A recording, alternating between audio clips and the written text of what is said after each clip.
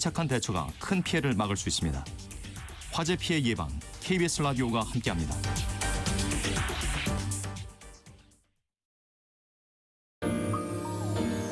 대한민국 중심 채널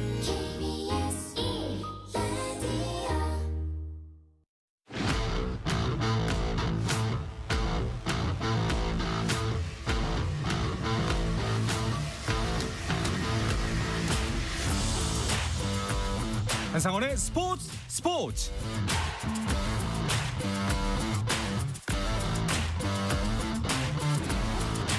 스포츠가 있는 저녁 어떠신가요? 아나운서 한상원입니다. 오늘 하루 이슈들을 살펴보는 스포츠 타임라인으로 출발합니다.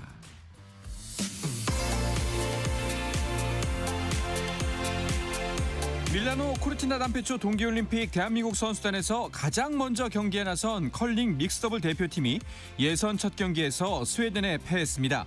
컬링 믹스더블의 김선영, 정영석 조는 스웨덴과의 예선 1차전에서 후공이던 5엔드에 4점을 뺏기며 고전하다 6엔드에 3대10까지 격차가 벌어지자 패배를 인정하고 경기를 마무리했습니다. 오늘 오후 이어진 이탈리아조와의 예선 2차전에서도 우리나라가 4대8로 패해 2연패를 기록했습니다. 프로야구 하나가 외야수 손아섭과 계약기간 1년, 연봉 1억 원의 FA 계약을 맺었습니다. 손아섭은 내일 일본 고치에서 진행 중인 퓨처스팀 스프링 캠프에 합류할 예정입니다. 축구대표팀 공격수 오현규가 튀르키예 명문 베식타시로 이적했습니다. 이 소식은 잠시 후에 자세하게 전해드립니다. 프로농구 서울 SK의 외국인 선수 자밀 원희가 통산 네 번째로 정규리그 라운드 최우수 선수에 선정됐습니다. 원희는 4라운드 9경기에 모두 출전해 평균 32분 35초를 소화하며 24.1득점, 10.8리바운드, 4.4 어시스트를 기록했습니다. 제72회 대한체육회 체육상 최고의 영예인 대상 수상자로 남자 배드민턴 혼합복식 황금 콤피 중 한 명인 김원호가 뽑혔습니다. 부문별 최우상은 경기 부문 사이클 최태호, 사격 반효진이 받습니다. 리브골프 2026 시즌 개막전인 리브골프 리아드 대회 첫날 안병훈이 5언더파를 기록해 선두권에 2타 차로 공동 4위에 오르며 리브골프 데뷔전을 순조롭게 시작했습니다.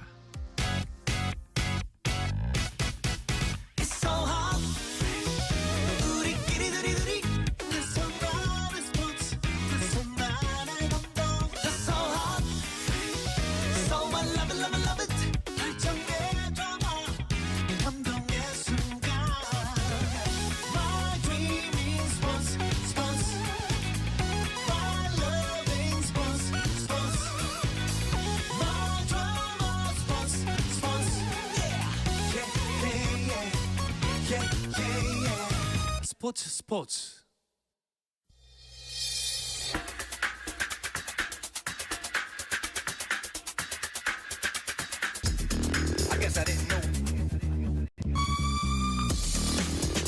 목요일 저녁에 나누는 해외 축구 이야기 해축통신 풋볼리스트의 김정용 기자, 인터풋볼의 신동훈 기자와 함께합니다. 두 분 어서 오십시오. 네, 안녕하세요. 김정용입니다. 네, 안녕하십니까. 신동훈 기자입니다. 반갑습니다.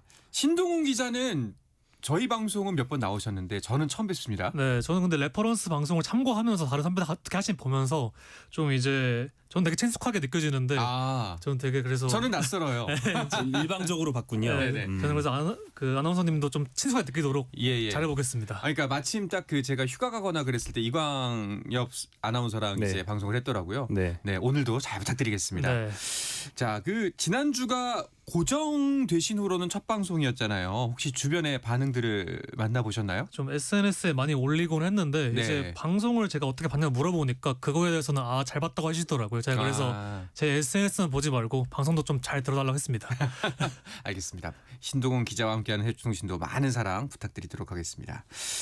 자, 그러면은 오늘은 우리나라 유럽파들의 이적 이야기부터 해보도록 하죠. 오현규 선수의 이적이 공식 발표가 됐죠. 맞습니다.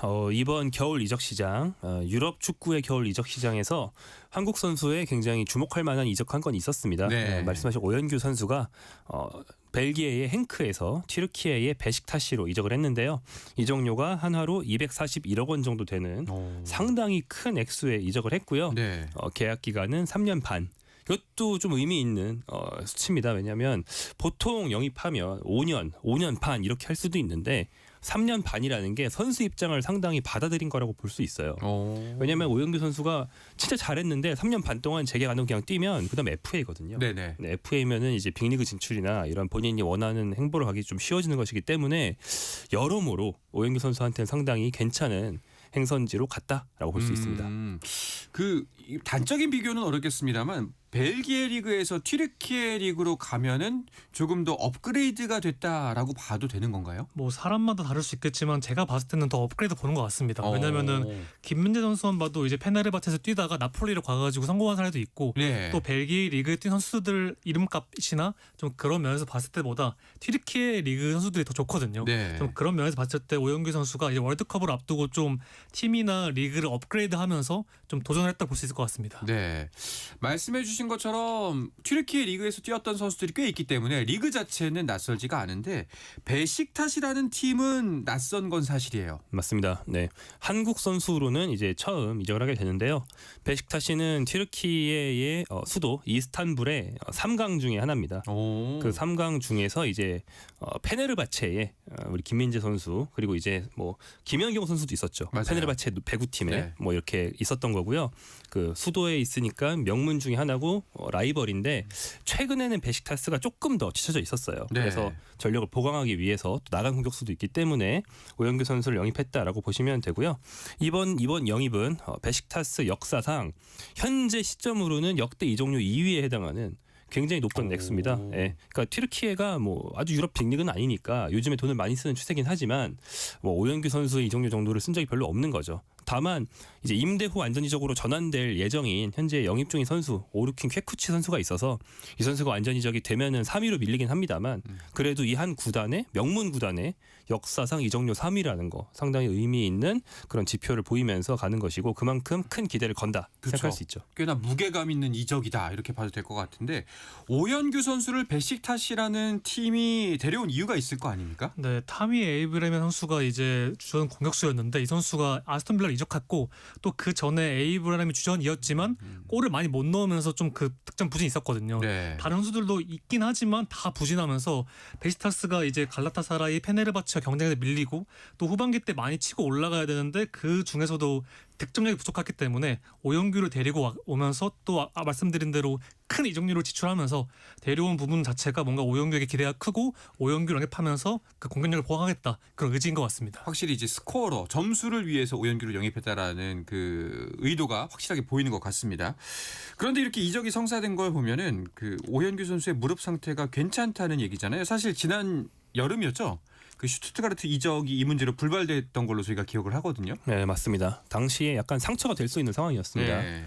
오영규 선수가 당시 소속팀 행크에서 독일의 슈투트가르트로 이적이 거의 성사됐다라고까지 알려져 있었거든요. 그래서 심지어 당시에 우리 국가대표팀 소집이 딱 겹쳐 있었는데 국가대표팀 소집을 하루 미뤘고 홍명보 감독이 뭐 팀은 말하지 않겠지만 어디로 가는 걸로 알고 있다 이렇게 말할 정도로 네네.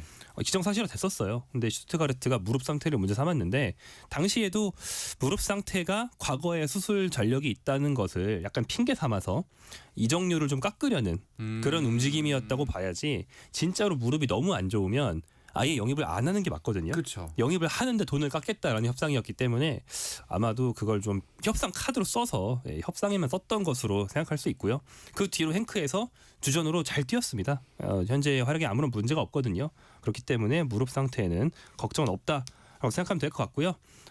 그 이적이 조절된 이후에 반 시즌을 행크에서 보내면서 지금 컵 대회 주요 컵 대회인 유로파리그와 정규리그 포함해서 10골 기록하면서 괜찮은 득점력을 유지해 왔습니다. 여기서 네. 이번 이적을 계기로 조금 더 득점력을 끌어올린다면 또 반년 뒤에 열리는 월드컵 때 더욱더 성장한 오현규를 우리가 볼 수 있지 않을까 기대하게 되죠. 그렇죠. 확실히 이제 이 팀에서 이제 이적한 팀에서 잘하는 그 컨디션이나 그 성적 자체가 월드컵에 적용이 될 거잖아요. 맞습니다. 오영규 선수가 지금 홍명보 감독이 조규성, 오영규는 꾸준히 뽑고 있습니다. 근데 조규성은 미틀랜에 뛰고는 있지만 그 부상 이력 때문에 조금 많이 여전히 컨디션적으로는 좀 문제가 있거든요. 좀 고민이 있거든요. 뭐 그러다 보니까 오영규가 이제 꾸준히 옵션으로 뽑히고 있는데 이제 후반기 동안 새로 이적한 베식타시에서 잘해준다면은 아마 큰 이변 없이 북중미까지 가지 않을까 싶습니다. 또 네. 오영규 선수는 카타르 때 예비 멤버로서 등번호 없이 간 훈련 멤버로서 간 적이 있단 말이에요. 그러다 보니까 더 동기부여가 있을 텐데 그런 면에서 북중미까지 가도록 뭔가 본인도 팀을 바꾸고 또 그 안에서 활약을 더 잘할 수 있도록 노력할 것 같습니다. 네. 자, 뭐 이렇게 튀르키예 명문 구단으로 이적한다는 게 기쁜 소식이긴 한데, 근데 이제 팔이 또 안으로 굽는다고 또 우리 선수들이 기왕이면 조금 더 큰 리그로 가길 바랬었는데 아무래도 이제 EPL까지는 무리였던 것 같습니다. 계속해서 사실 빅리그 진출은 좀 소식이 뜸하네요. 네, 오영규 선수도 말씀하신 네. 것처럼 프리미어리그의 풀럼, 뭐 리즈 유나이티드 이런 팀들의 이적설이 있었는데 다들 다른 선수를 영입을 했어요. 그 오영규와 저울질을 하던 다른 옵션들을 택하면서 오영규 선수의 빅리그 직행은 무산이 됐고요.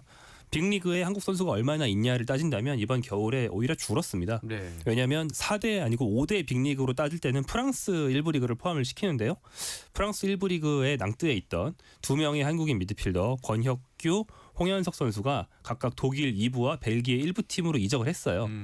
팀의 감독이 바뀌면서 너희들 이제 안 쓰겠다. 네네. 새 팀을 찾아봐라라고 통보를 한 거죠. 그래서 오히려 빅리그에 뛰는 한국인 선수는 2명이 줄어들었습니다.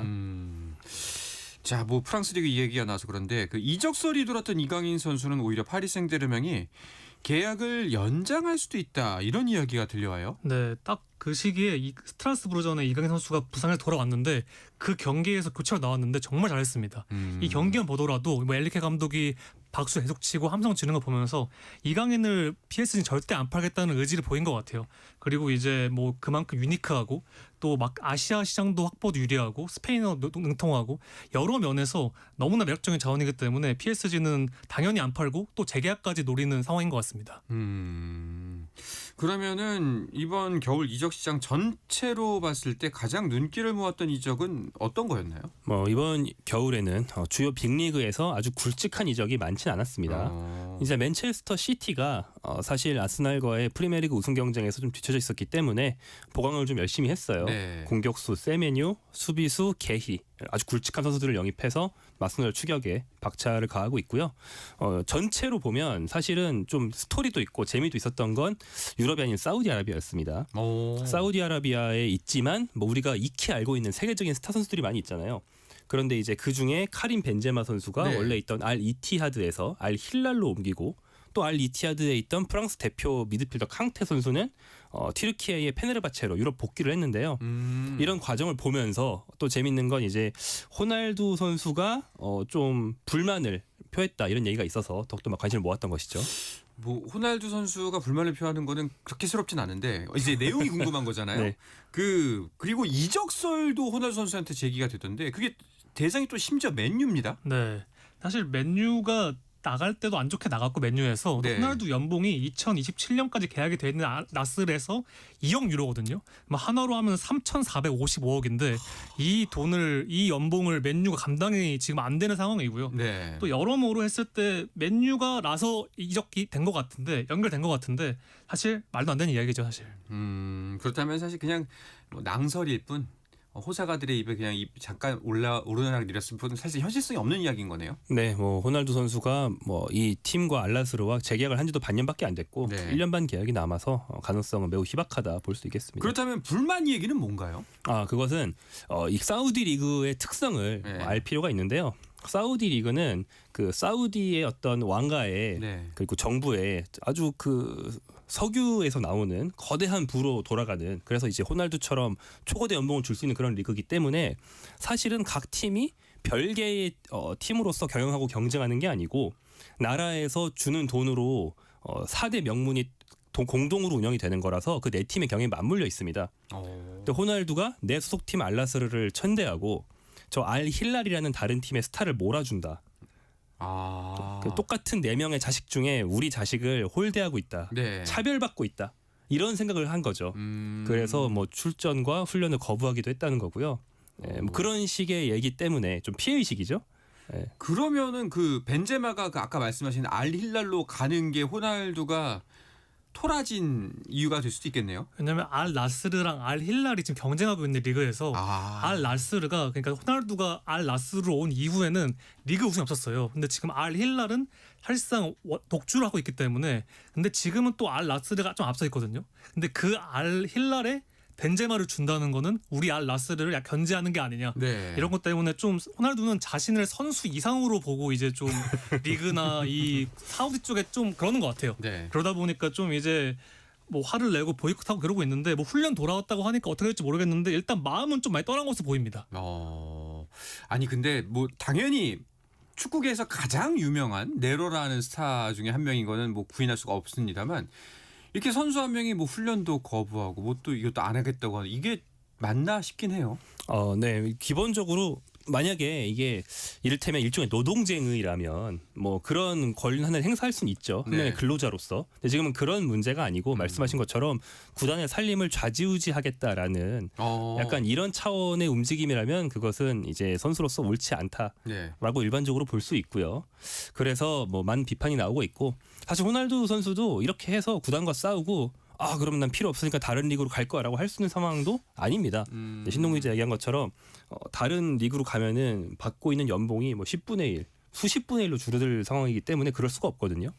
그렇기 때문에 결국에는 알나스르에서 다시 뛸 수밖에 없는 것이죠. 그러니까 우리 같은 범인들 생각에는 그동안 많이 벌었으니까 사실 뭐 돈 문제가 아니라 자존심 때문에 이적할 수도 있지 않을까 이런 상상은 해볼 수 있을 것 같은데 호날두가 그렇다면 지금 현재 속한 알 나스르를 떠날 가능성은 전혀 없는 건가요? 사실 연봉을 만약에 호날두가 정말 알 나스르한테 많이 토라져가지고 연봉 깎는다면은 뭐 유럽이든 미국이든 갈 수 있겠지만 사실 호날두가 그럴 것 같진 않거든요. 또 지금 또 나가기에는 월드컵도 바라보고 있기 때문에 뭔가 지금은 일종의 시일밖에 안 보입니다. 네. 알겠습니다. 일단은 뭐 그런 의미에서 훈련에도 복귀했다. 뭐 이런 기사가 나오지 않나 싶습니다. 주간 호날두는 또 소식이 들어온 대로 다음 주에도 다시 한번 이어가 보도록 하고 이어서 K리그에서 서울에서 뛰었던 링가드에 관련된 소식도 들려오고 있는데요. 이야기는 잠시 쉬었다가 돌아와서 더 자세하게 나눠보도록 하겠습니다.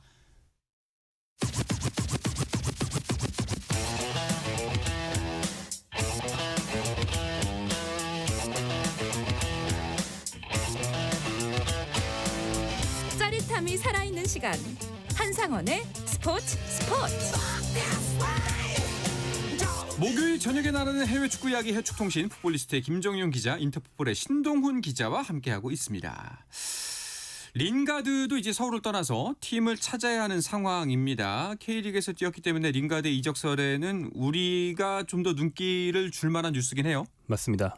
제시 링가드 선수는 우리가 이렇게 알고 있는 K리그 역대 최고 스타 중에 한 명으로서 네. 지난 2년 동안 한국에서 재밌는 모습 많이 보여줬고요. 열심히 뛰기도 했고 경기력도 좋았고 경기장 안팎으로 화제를 많이 모아줬습니다. 그런데 이 잉글랜드 대표팀 주전 출신의 슈퍼스타가 K리그를 2년 동안 이제 잘 맛보고 유럽으로 돌아간 뒤에 아직 팀이 없거든요. 이런 상황에서 페예노르트, 네덜란드의 명문 구단인 페예노르트가 링가드를 영입할 수 있다라는 보도가 현지에서 나오고 있는데요. 페예노르트의 감독이 맨체스터 유나이티드와 아스널에서 뛰었던 스타 공격수였던 그 로빈 판페르시입니다. 근데 이제 둘이 주전으로 같이 뛰진 않았는데 판페르시가 메뉴 주전 공격수였을 때 링가드가 딱 메뉴 유소년 팀에서 1군으로 올라올랑 말랑할 때였거든요. 그러니까 인연이 있는 거죠. 그래서 이제 인연이 있으니까 전화 찬스로 우리 가드 동생 이제 페르시 형이 감독하고 있는데 이리로 오지 않겠나? 네네. 라고 제안을 했다라는 뉴스입니다. 근데 그 이적 시장 자체는 마감된 거 아니었나요? 이적 시장은 마감됐지만 이제 링가드는 FA 신분이어가지고 무적 신분은 이제 어느 때나 이적할 수 있습니다. 그리고 또 페예노르트가 지금 반페르시의 아들이죠. 친아들인 샤킬 반페르시가 부상당하고 퀸텀 팀보가 마르세유로 가면서 좀 부족함이 생겼는데 그 페예노르트도 많이 돌 수가 없기 때문에 조금은 저렴한 링가드 쪽으로 지금 얘기가 나오고 있는 것 같아요. 네덜란드 쪽에서 그렇게 보고 있고요. 뭐 당연히 빅리그로 바로 간다면 좋겠지만 링가드 입장에서도 한숨 다시 한번 뭐 골라 간다는 입장에서 나쁘지 않은 선택일 것 같은데요. 맞습니다. 사실 링가드 선수가 K리그에서 뛰는 거를 저희가 화면으로만 본 게 아니고 한국에 있는 축구 기자들이 현장에서 많이 봤잖아요. 네. 당장 빅리그 도전 혹은 빅리그 복귀? 저는 한번 거쳐가는 게 더 네. 현명한 선택일 정도의 그 정도 경기력이라고 생각합니다. 네. 알겠습니다. 자, 그 미국 메이저리그 사커 MLS도 선수들 영입에 적극적인 것 같던데요. 네, MLS가 뭐 메시가 인터 마이애미 온 이후에 뭐 손흥민도 오고 밀러도 오고 했는데 지금 또 이제 산호세 어스케이크가 베르너를 영입했습니다. 베르너는 이제 라이프치히에서 뛰고 있다가 사실상 전력 외였고요. 그러면서 이제 새 팀을 구했는데 뭐 베르너 인터뷰를 들려보니까 손흥민 조언을 듣다 하더라고요. 그래가지고 이제 MLS에 좀 흥미 생겼고 마침 어스케이크 산호세 어스케이크라는 팀이 영입을 해서 이제 손흥민 같은 리그 뛰게 됐습니다. 네. 또 이제 하메스도 콜롬비아 스타인 하메스도 2020년에 에버턴을 떠난 이후에 뭐 알 라이안, 올림피아코스, 브라질 상파울루, 라요, 뭐 멕시코 여러 팀을 오갔는데 이제는 미네소타라고 정호연이 뛰었던 미네소타에 뛰면서 아마 이제 갈 것 같아요. 그래서 이제 미네소타 입성하면은 둘 다 손흥민이랑 같은 서부 컨퍼런스거든요. 좀 대결이 기대됩니다. 메이저리그 사커도 점점 더 이렇게 리그 자체가 두터워진다는 느낌이 드네요. 그런데 그 손흥민 선수의 파트너인 부앙가 선수가 LAFC를 떠날 가능성이 있다. 이 이야기는 작년부터 나왔던 것 같은데 계속해서 나오네요. 네, 작년 말 올해 초 네. 그러니까 쉽게 말해서 겨울 이적 시장 내내 나오고 있는 그런 루머인데요. 손흥민 선수랑 이제 부앙가 선수는 굉장히 죽이 잘 맞는 파트너죠. 부앙가 선수가 원래 LAFC의 에이스였고 손흥민 선수가 합류한 뒤에 시너지 효과를 내면서 둘 다 더욱더 좋은 경기력을 보여줄 수 있었는데 원체 잘하다 보니까 이적설이 나는 건 당연하다고 볼 수 있고요. 네. MLS에서 원래 유럽에 뛰던 선수인데 유럽으로 복귀한다는 얘기는 많이 있지 않지만 MLS 내에 다른 팀이 노린다. 혹은 브라질 팀이 노린다. 이런 식의 소문들은 많습니다. 왜냐하면 최근 브라질 리그 팀들이 예전에 없이 굉장히 많은 이적료를 수백억 원의 이적료를 쓰면 선수를 많이 영입하거든요. 네. 그래서 LAFC가 만족할 만한 돈을 줄 테니까 부안가를 달라. 이렇게 나오는 브라질 팀, 뭐 플루미네시 같은 팀이 있다는 건데요. 현재까지 나온 보도로는 LAFC는 절대 판매 불가. 가격표를 애초에 붙이지 않겠다. 이 선수는 절대 팔 수 없다라는 입장으로 알려져 있고 그럴 수밖에 없는 게 손흥민 선수를 역대 최고 이적료를 내고 사왔어요. 네. 미국 역대 최고 이적료를 내고 그러면 손흥민 선수가 전성기 기량을 유지한 동안에는 달려야 되잖아요. 그렇죠. 그런데 이제 다른 에이스를 내보낸다는 거는 팀을 완전 리빌딩 해야 되는 상황이기 때문에 사실 받아들일 수 없는 제안일 겁니다. 부안가 입장에서도 만약에 이제 MLS에서 뭔가 이루고 싶은 욕심이 있다면은 지금이 적기잖아요. 지금밖에 없습니다. 네. 자, 이 MLS 개막이 얼마 남지 않았습니다. 네. 또 이제 MLS가 손흥민과 이제 메시를 이제 개막전으로 붙였거든요. MLS도 손흥민을 좀 스타로 보고 있는 것 같아요. 또 MLS가 또 이런 감 좋잖아요. 이렇게 뭔가 이런 이벤트 매치 느낌을 경기를 많이 만들어가지고 전 세계적인 관심을 많이 불러일으키는데 개막전부터 인터 마이애미와 LAFC를 붙여놓고 손흥민과 메시 이 구도를 만들어가지고 딱 이 뭔가 관심을 확 끌려고 하는 모습을 보이고 있습니다. 네. 지난 그 플레이오프에서는 결국 성사되지 않았습니다만 이번 개막전부터 만나볼 수가 있을 텐데 손흥민 선수가 풀 시즌을 뛰는 첫 해이기 때문에 더욱더 기대가 되는 것 같습니다. 그런데 그 손흥민 선수의 훈련 사진과 영상이 나오긴 하는데 프리시즌 경기에는 모습을 보이지 않았습니다. 네, 아직은 그렇습니다. LAFC가 미국에서 이제 손흥민 선수가 처음으로 보내는 프리시즌의 모습을 종종 이제 공개를 하고 있는데요. 소셜 미디어에 팀 훈련 같은 걸 공개했는데 지난해 11월에 2025 시즌을 마친 뒤에 휴가를 갖고 다시 소집을 했거든요. 손흥민 선수의 훈련이나 실전 장면이 딱히 보이진 않았고요. 첫 공식전은 2주 앞둔 시점에서 이제 손흥민 선수의 모습이 공개가 됐는데 뭐 사실 뭐 날렵했습니다. 네. 프리시즌이라고 해서 살이 찌거나 몸 관리를 안 한 선수는 아니기 때문에 똑같은 모습으로 돌아왔고요. 또 이제 올해는 북중미 월드컵이 있는 해다 보니까 아마 더욱더 철저하게 관리를 하고 준비하지 않을까 생각이 됩니다. 다만 말씀하신 것처럼 LAFC가 치른 프리시즌 3경기에는 모두 결장을 했고요. 손흥민 선수가 팀 노장입니다. 그렇기 때문에 그렇죠. 처음부터 달려 몸을 최대로 끌어올려 보다는 천천히 끌어올리면서 이제 LAFC는 MLS는 미국 다른 스포츠가 다 그렇듯이 플레이오프가 진짜예요. 네. 컨디션을 무조건 뒤쪽에 맞춰야 되거든요. 그런 사이클을 보고 있는 게 아닌가 짐작할 수 있겠습니다. 뭐 이거는 여담입니다만 만약에 손흥민 선수가 이제 풀 시즌을 뛰는 이번 시즌 두 분은 LAFC 성적 한 어디까지 가능하다고 보세요? 저는 손흥민 부안가와 삼지창을 이룰 네. 세 번째 창끝이 누가 되느냐에 따라서 완전 다른다고 보는데요. 그걸 영입한다는 얘기가 굉장히 많이 있고 네. 그걸 영입하기 위한 어떤 그 샐러리 캡의 자리도 비워놨거든요. 그런데 슈퍼스타까지는 아니더라도 이 둘과 딱 맞는 아주 굵직한 선수가 영입이 안 되고 있어요. 백방으로 찾고 있다는 얘기는 있는데 계속 놓치고 있거든요. 영입이 되면 작년보다 훨씬 강해집니다. 네. 하지만 그런 선수 영입이 안 되면 작년과 거의 같은 전력이기 때문에 사실 뭐 그냥 우승 도전권이지 뭐 우승이 확실하거나 뭐 진짜 유력한 권까지는 못 가는 거죠. 알겠습니다. 어떻게 보십니까, 신동 저도 기자는? 비슷하게 보는데 저는 조금 다르게 보는 거는 네. 손흥민 부원감만으로도 괜찮다 보이는데 일단 수비가 좀 안 되더라고요. 수비에 뭔가 확실한 좀가 미들맨이 없는 느낌이 LAFC가 작년에도 손흥민 왔을 때도 올라가는데 조금 방해가 됐기 때문에 이번에도 좀 확실한 수비수를 영입하거나 아니면 그런 수비수를 키우거나 해야 이제 LAFC가 좀 더 올라가는데 경쟁하는데 될 것 같습니다. 확실히 지금까지는 이제 대권 도전을 하기에는 뭔가 그 조각이 하나 빠진 느낌인 건 확실하군요. 네, 그게 공격이든 아니면 네. 신동훈 기자가 말한 수비든 한 조각은 더 들어와야 됩니다. 알겠습니다. 자, 그러면 우리나라 다른 해외파들 소식도 한번 살펴보도록 하죠. 어떤 소식들이 들어왔을까요? 네, 일단 한국 선수들이 뛰는 팀들이 유로파리그 등 유럽 대항전에서 좋은 모습들을 보여줬습니다. 미트윌란, 조규성과 이한범이 뛰고 있는 덴마크 구단 미트윌란은 유럽 클럽 대항전의 구단 역사상 처음으로 16강에 오르는 역사를 썼습니다. 다만 그렇게 좋지 않은 소식도 있는데요. 양민혁 선수, 네. 양민혁 선수가 이제 같은 잉글랜드 2부에서 이적을 하면서 이번엔 진짜 주전으로 뛰려고 간 것이다. 코벤트리 시티의 램파드 감독이 원했다 이런 얘기를 많이 들었는데 컵대회만 뛰고 정규리는 계속 못 뛰고 있어요. 그래서 시즌이 많이 남지 않았는데 사실 후반기가 좀 이제 서서히 가고 있기 때문에 빨리 데뷔전을 공식 경기에 했으면 좋겠고요. 마찬가지는 전진우 선수도 있는데요. 전진우 선수가 저희 지난주에 전해드렸던 소식처럼 K리그를 떠나서 옥스퍼드 유나이티드 네. 잉글랜드 2부로 갔는데 간 뒤에 아직 데뷔전이 없었거든요. 근데 이 이유는 이제 취재를 해보니까 훈련 중에 동료랑 머리를 부딪혀가지고 훈련을 한번 쉬었는데 요즘에 그 이 두부 부상에 대한 그 뇌진탕 프로토콜이 굉장히 엄격해서 훈련조차 며칠 쉬어야 한다고 그러더라고요. 네네. 그래서 이제 데뷔전을 치르기에는 훈련을 며칠 쉬었기 때문에 좀 여의치 않았고 아마 조만간 데뷔전이 다가오지 않을까 기대는 해볼 수 있겠습니다. 네, 알겠습니다. 뭐 전진우 선수가 빨리 활약하는 모습을 봤으면 좋겠습니다.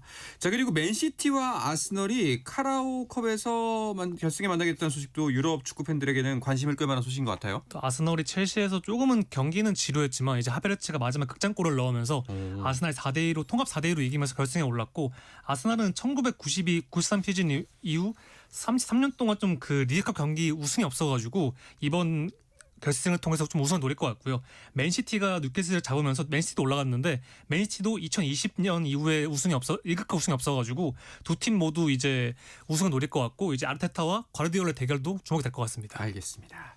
자, 그럼 오늘 방송은 그 우리나라 유럽파들의 주말 일정을 정리하면서 마무리할까 합니다. 김정용 기자가 해주시죠. 네, 우리나라 유럽파들이 이번 주말에도 많은 경기를 준비하고 있고요. 이제 정규 리그들이 열리는 일정입니다. 근데 사실 그 중에 제일 저희 관심이 가는 거는 당장입니다. 당장 금요일로 넘어가는 이제 자정에 베시타스 경기가 바로 있거든요. 오영규 선수가 행크에서 경기를 뛰다가 갔기 때문에 네. 사실 엔트리 들 수 있는 몸 상태일 것 같아요. 그래서 엔트리 드냐 안 드냐가 제일 큰 관심사로 보이고요. 그 밖에는 뭐 이재성이 있는 마인츠가 아우크스부르크와 또 황희찬의 울버햄턴이 첼시와 만나는 그런 일정들이 준비되고 있습니다. 알겠습니다. 이번 주말에도 한국은 춥지만 또 이제 유럽에 있는 축구 소식 들으면서 재밌는 경기 확인하시기 바랍니다. 이야기를 끝으로 해외 축구 이야기 해축통신은 마치도록 하겠습니다. 김정용 기자, 신동훈 기자 함께했습니다. 두 분 오늘도 고맙습니다. 고맙습니다. 감사합니다. 자, 내일도 저녁 8시 30분에 뵙겠습니다. 한상원의 스포츠.